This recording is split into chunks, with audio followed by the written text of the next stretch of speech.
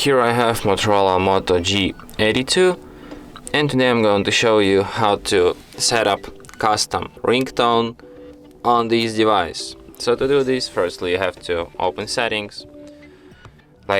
Firstly you have to download your custom ringtone, your song or some melody which you like. You have to firstly download it on your device, and then when you already have it, you open settings, go to sounds and vibration, then go to the phone ringtone 1 or 2. You can select the same ringtone for both SIM cards. Tap add ringtone, then go to not drive,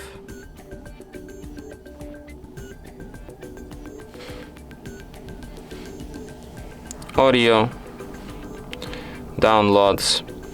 Okay, so I have my MP3 files here in downloads. I'll select my ringtone, and as you can see now I have this my new Nokia Arabic ringtone, and that's how I can easily put this on.